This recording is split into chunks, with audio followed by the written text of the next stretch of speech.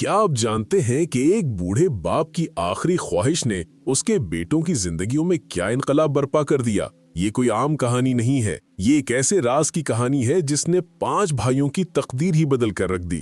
وہ رات جب بوڑھے حاکم نے اپنی آخری سانس لی، اس نے اپنے سب سے چھوٹے بیٹے عبداللہ کے کان میں ایک راز کی بات کہی، ایک ایسا راز جو اس خاندان کے ہر رکن کی زندگی ہمیشہ کے لیے بدل دے گا۔ کیا آپ تیار ہیں اس حقیقت کو جاننے کے لیے جو صدیوں سے چھپی ہوئی تھی؟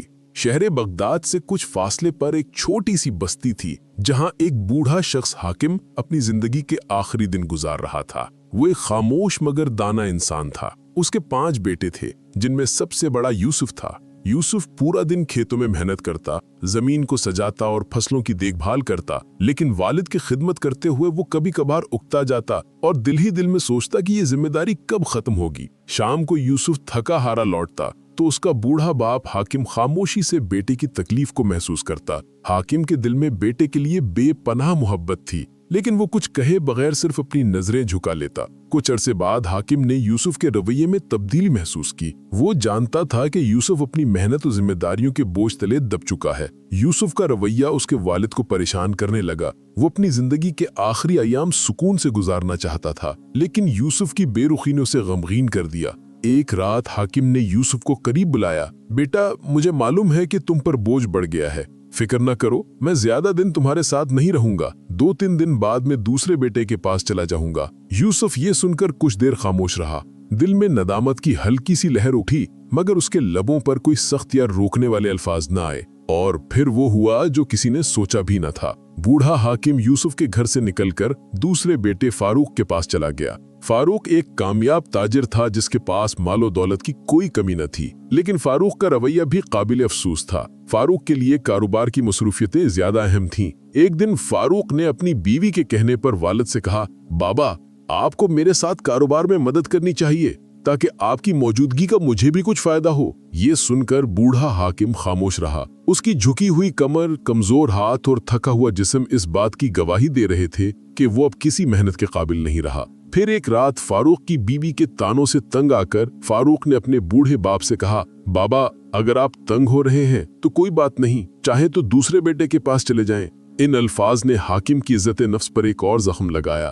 حاکم فاروق کے ہاں سے نکل کر تیسرے بیٹے عثمان کے پاس چلا گیا۔ عثمان ایک محنتی کسان تھا۔ اس نے اپنے والد کا احترام کیا، لیکن اس کے پاس بھی زیادہ وقت نہ تھا۔ عثمان کے گھر میں والد کی حالت مزید خراب ہوئی اور آخر کار وہ وہاں سے بھی چلا گیا۔ اس بار اس نے چوتھے بیٹے احمد کے یہاں جانے کا فیصلہ کیا۔ احمد، جو کہ ایک لالچی انسان تھا، اپنے والد کو استقبال کرنے کے لیے بہت خوش تھا، لیکن جب احمد کو پتا چلا کہ بوڑھے باپ کے پاس کوئی مال دولت نہیں ہے تو اس نے بھی باپ کو نظر انداز کرنا شروع کر دیا۔ آخر کار ایک دن احمد نے بھی جواب دے دیا، بابا، تم یہاں نہیں رہ سکتے، میرے پاس اتنا وقت نہیں ہے۔ ان بے درد الفاظ پر بوڑھے حاکم نے دل برداشتہ ہو کر آخری بیٹے عبداللہ کے یہاں جانے کا فیصلہ کیا۔ عبداللہ حاکم کا سب سے چھوٹا اور غریب بیٹا تھا۔ وہ دن بھر محنت مزدوری کرتا اور جو پیسے کماتا ان سے وہ اپنے باپ کے لیے دوائیاں خریدتا۔ اس کی بیوی بھی کافی ایماندار تھی، اپنے سسر کا دل سے خیال رکھتی تھی۔ بوڑھے حاکم نے جب عبداللہ اور اس کی بیوی کی محبت اور احترام دیکھا تو دل ہی دل میں خوش ہوا اور بہت دعائیں دینے لگا۔ وقت گزرتا گیا اور حاکم اپنے چھوٹے بیٹے کے گھر میں خوشی خوشی زندگی گزارنے لگا، لیکن بیماریاں شروع ہو گئیں اور وہ شدید بیمار پڑ گیا۔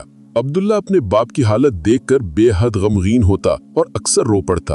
ایک رات جب حاکم کی سانسیں گنتی کی رہ گئی تھیں، اس نے عبداللہ کو قریب بلایا اور باریک آواز میں کہا، بیٹا، ایک آخری بات ہے جو میں تم سے کہنا چاہتا ہوں اور یہ بڑی امانت ہے۔ میں نے اپنی زندگی میں تم 5 بیٹوں کا امتحان لیا، لیکن اس آزمائش میں صرف تم کامیاب ہوئے۔ بیٹا، میرے مرنے کے بعد تم بغداد کی فلاں گلی میں جابر نام کے ایک بوڑھے شخص کے پاس جانا، اسے میرا نام لے کر کہنا کہ حاکم وفات پا چکا ہے اور وہ امانت جو میں نے اس کے پاس رکھی تھی تمہیں دے دے۔ حاکم نے عبداللہ کے کندھے پر ہاتھ رکھ کر کہا، جو امانت دے وہ تمہارے لیے ہے، اسے اپنی بیوی بچوں کی زندگی بہتر بنانے کے لیے استعمال کرنا، یہ میرا تمہارے لیے آخری تحفہ ہوگا۔ اور بالآخر حاکم اس دنیا سے رخصت ہو گیا۔ اور جب عبداللہ نے صندوق کھولا تو وہ حیرت میں پڑ گیا۔ صندوق میں بغداد کے مشہور بازار کے کئی قیمتی دکانوں کے کاغذات، جواہرات اور بہت سی اشرفیاں موجود تھیں۔